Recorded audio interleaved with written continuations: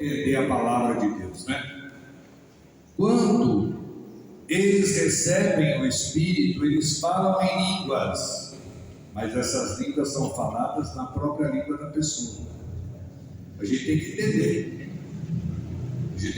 Então a palavra diz assim: quando chegou o dia de Pentecostes, os discípulos estavam todos reunidos no mesmo lugar. Precisava que eles estivessem reunidos no mesmo lugar.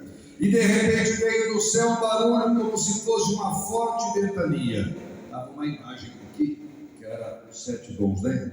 Que receberam. Que encheu a casa onde eles se encontravam. Então apareceram línguas como de fogo, que se repartiram e pousaram sobre cada um deles. Olha lá. Né? Todos ficaram cheios do Espírito Santo e começaram a falar em outras línguas. Ótimo, até aí, maravilha, né?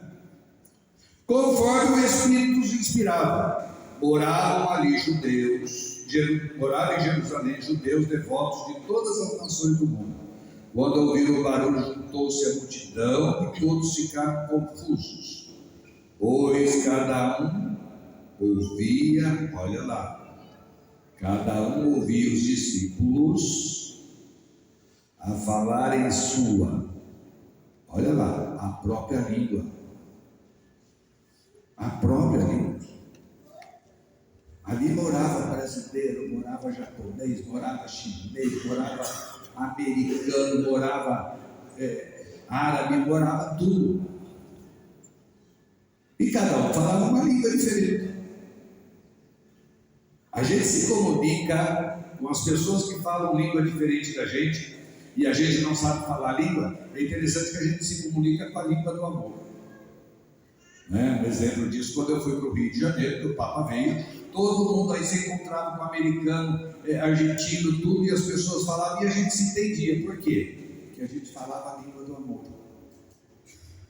Então Jesus, né, Deus deu a eles a possibilidade deles falarem na própria língua da pessoa. Isso é muito maravilhoso. Isso é um milagre de Deus. E eles foram entendendo o que Deus queria para cada um. Por isso que nós não podemos e nem devemos rezar só em casa. Podemos rezar em casa, ter um momento particular com Deus, isso é necessário. Mas o Espírito Santo não age com a gente sozinho, porque precisa ter todos os dons. Aqui tem todos os dons, pode ter certeza disso. É uma comunidade inteira que se reúne para rezar. Um sabe cantar, outro sabe rezar, outro sabe ler, outro sabe, né? Cada um tem a sua missão, né? E aí eles falavam a própria língua, cheios de espanto e admiração, diziam: esses homens não estão falando, não são todos galileus? Porque eles tinham a língua própria. Mas como é que nós os escutamos na nossa própria língua? Como que nós os escutamos na nossa própria língua? Nós que somos partos, medos e anemitas, habitantes da Mesopotâmia, Judeia, da Capadócia, do ponto da Ásia, da Frigia, da Panfilha, de tudo quanto é lugar do mundo, como que a gente consegue ouvir eles falar com a gente? Né? Como que a gente consegue ouvir? Né? Então nós precisamos ficar atentos, porque falar de Deus a gente precisa falar para a pessoa entender. Se a pessoa não entende, não adianta nada. Agora, você quer louvar, falar, isso aí não tem problema nenhum também. Mas eu preciso entender. Eu preciso entender o que Deus quer falar para mim. Deus quer falar comigo. E para Ele falar comigo, eu tenho que entender. Se eu não entender, não tem. Se não tem intérprete, não tem. Né? Nós estávamos na semana da confissão, eu não sabia que podia isso, né? A pessoa que às vezes não fala, né? Ela pode entrar no confessionário, eu não sabia, aprendi agora. Ela pode entrar com alguém que vai interpretando o que ela fala. E também não tem necessidade, porque a pessoa pode escrever e a gente lê e a gente escrever para a pessoa, né? Se a pessoa sabe ler. Não é? Mas se uma pessoa não tem condições nem de escrever, nem de falar e alguém entende, ela pode levar a pessoa para o Eu não sabia que isso podia. No confessionário, quando a gente confessa, o padre fala sempre alguma coisinha para a pessoa também não pode falar dos outros. Eu fui confessar, o padre falou isso para mim. A confissão tanto é o segredo do padre, como é o segredo de quem está lá. Ali se fala, ali se ouve, ali se morre tudo que falou. Se perdoa tudo e tchau e benção. E que Nossa Senhora o acompanhe. Não é? Então tem coisa, eu sou 11 anos de padre, eu não sabia que podia fazer isso. Também nunca aconteceu isso, né? Às vezes a gente não sabe, porque nunca precisou disso, né?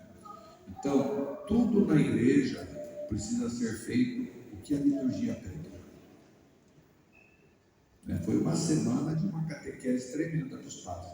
E os padres ficam confusos também, a gente fica confuso. Porque é muita informação, né? É muita informação. Então isso é muito salutar. Por isso que a gente não pode dizer que a gente sabe tudo, porque a gente não sabe nada. Quanta coisa eu aprendi, né? Diz a carta de São Paulo aos Coríntios assim: ninguém pode dizer Jesus é o Senhor a não ser do Espírito Santo. Por isso que o pecado que não tem perdão é a blasfêmia contra o Espírito Santo.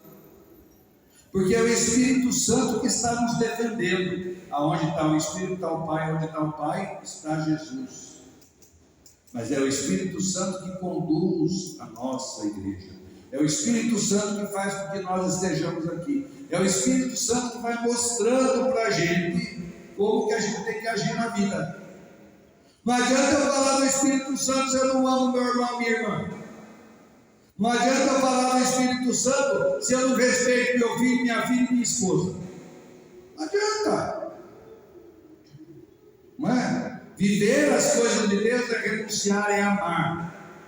Qual é a palavra que a gente tem que marcar no coração? Amor. A gente tem que amar as pessoas que são diferentes. Nós temos que amar a condição humana de cada um. Nós temos que respeitar as pessoas como elas são. E nós temos que rezar pela nossa conversão e pela conversão de todos. É por isso que nós somos cristãos. E ninguém é perfeito aqui, nem o Papa. Se alguém se acha perfeito e santo, me avisa que daí eu já faço Zé, que a gente já enterra, né? Porque só vai ser santo quem morreu. A gente está no caminho e vamos caminhar junto, um dando a mão para o outro, vamos ser santos, né? Há diversidade de dons, mas o mesmo é o Espírito. Cada um tem um dom específico, cada um tem a sua essência específica. Isso é maravilhoso. Olha o casamento, gente. Quando você casa com alguém que é de uma família completamente diferente de você, e aí você namorou 10 anos. Quando você casou, você vai ver, meu Deus do céu, com quem que eu casei? Porque daí que a gente vai se conhecer, é morando junto, né? E aí como que a gente vai lidar bem com o casamento? Se eu que sou homem renunciar a alguma coisa, que eu que sou mulher renunciar a alguma coisa, e a gente vai se conhecendo. Aí você pega alguém que tem 50 anos de casado, você olha, como os dois é parecido, parece irmãos até, o semblante fica igual, os filhos vêm, fica, né, parecido. Você puxou mais a mamãe, esse daqui puxou mais o papai, não é assim que a gente fala? Mas tem os traços dos dois. Olha que milagre maravilhoso. Aonde que fica procurando milagre do nascimento de uma criança, né? Criança é vida, casamento é vida. O padre fica numa paróquia, ele vai para outra paróquia, é completamente diferente.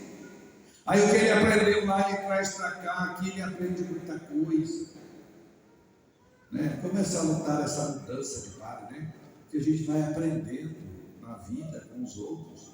Cada um tem seu jeitinho. O povo de Piracicaba é de um jeito, o povo de Rio Claro tem um jeitinho peculiar também, né? Cada um tem a sua maneira de ser, né? E eu louvo a Deus, porque olha que paróquia boa que Deus me deu, que povo bom que Deus me deu, né? Eu estou muito satisfeito, não sei se vocês estão, mas eu estou, né? Mas também não tem perigo de ser transferido amanhã, não, estou sossegado, né? A gente vai trabalhando, mas eu não estou preso aqui. Daqui a pouco o bispo liga para mim: ô padre Luiz Carlos, vem cá que eu vou ter que precisar de você. Né? Quando ele me procurou lá, ele pegou uma pastinha: eu preciso de você lá no Bom Jesus, tá? Lá no Bom Jesus, em Rio Claro. Eu falei: tá. Estava feliz onde eu estava. Feliz. Já tinha acertado as coisas, agora eu vou colher os frutos. Né? E colher os frutos que o padre anterior, o padre que estava antes de mim deixou. Né? É assim que a gente vai vivendo. Né? A gente planta, mas não é a gente que colhe os frutos, é outro. Mas a gente tem que plantar. Né? Então diz assim: há diferentes atividades, mas o mesmo é o Senhor, que realiza todas as coisas em torno de cada um delas, se manifesta no Espírito em vista do bem comum. Aqui está a palavra-chave: o bem comum. Nós precisamos trabalhar na igreja e na nossa sociedade para o bem comum. Não é para o meu bem próprio. Não é para satisfazer o meu ego.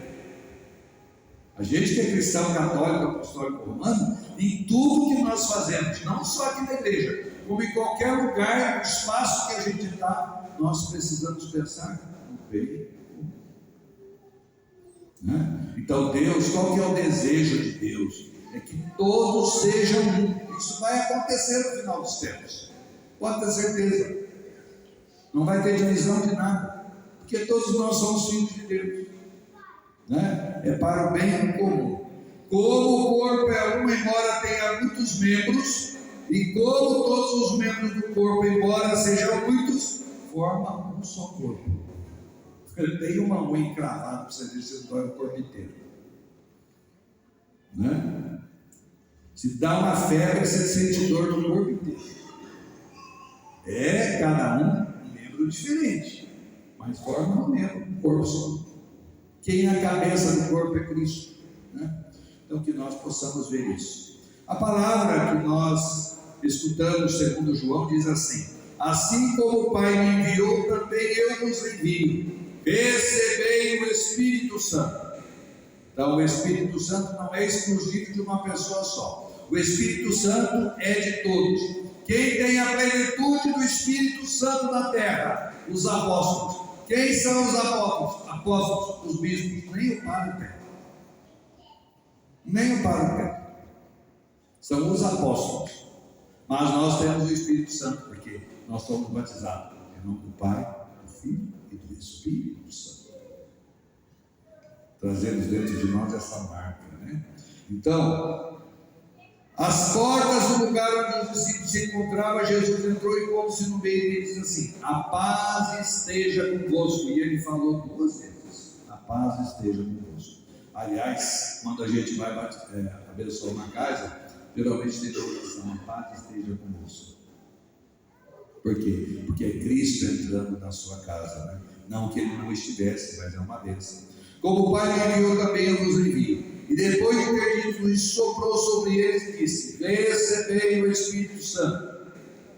Todos receberam o Espírito Santo. A plenitude do Espírito Santo está nos apóstolos. Tanto é que Judas traiu, teve que chamar mais um, que era Matias, para que se formasse os 12, as 12 tribos, né? Tudo na Bíblia tem um significado. Receber o Espírito Santo. E daí diz assim: olha, a quem perdoardes os pecados, eles serão perdoados. A quem não perdoardes, eles serão retidos. Tem pessoas que vai confessar, ela não pode receber o perdão.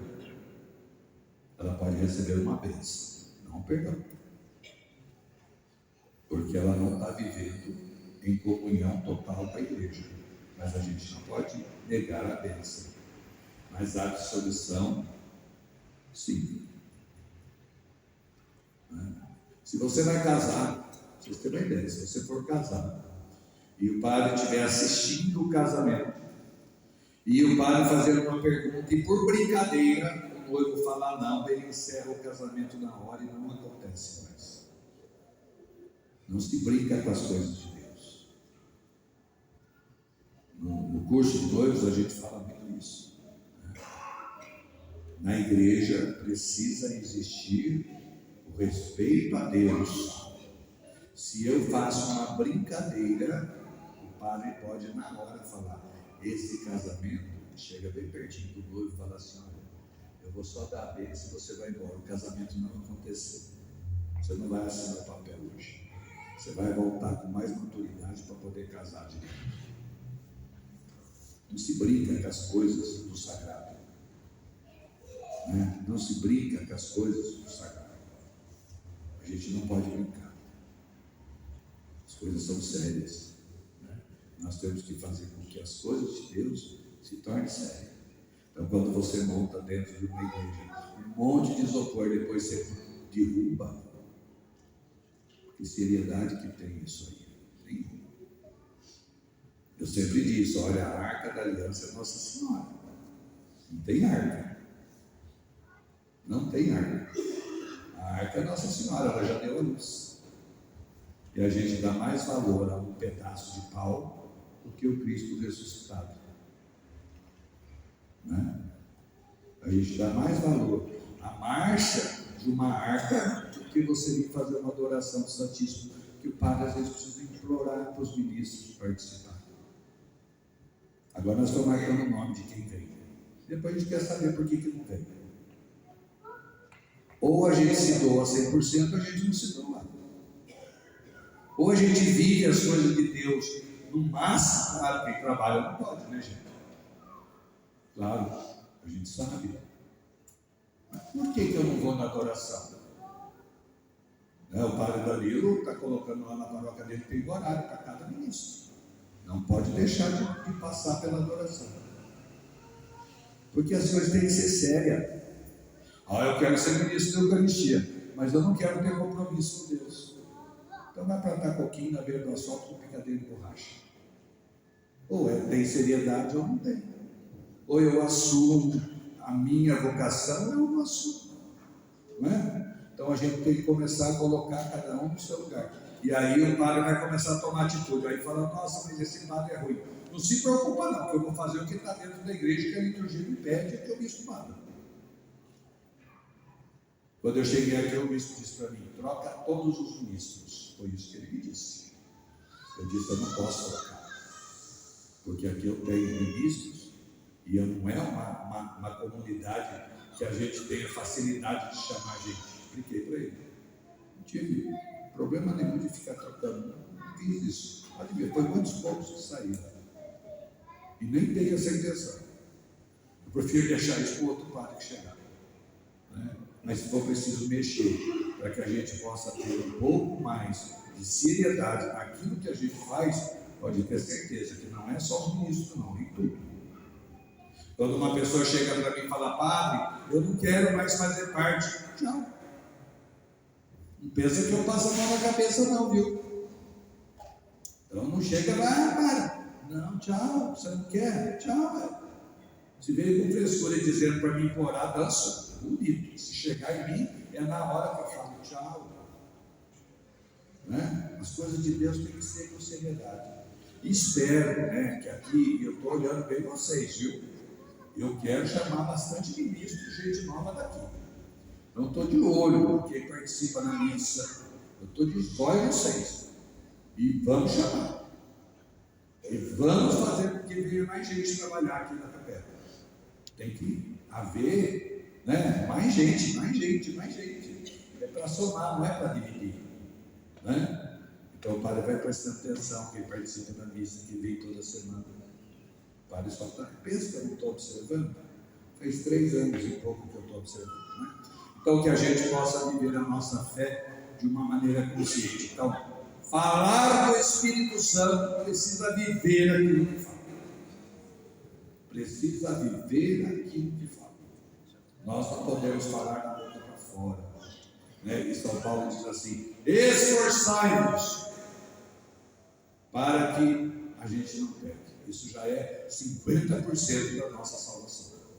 Porque enquanto a gente está vivo, nós vamos ser pecadores. Mas Deus vai curando as nossas misérias e a gente vai se aproximando um pouco mais do sagrado. Então que o Espírito Santo nos ajude. Amém? Amém. Creio em Deus Pai, Todo-Poderoso,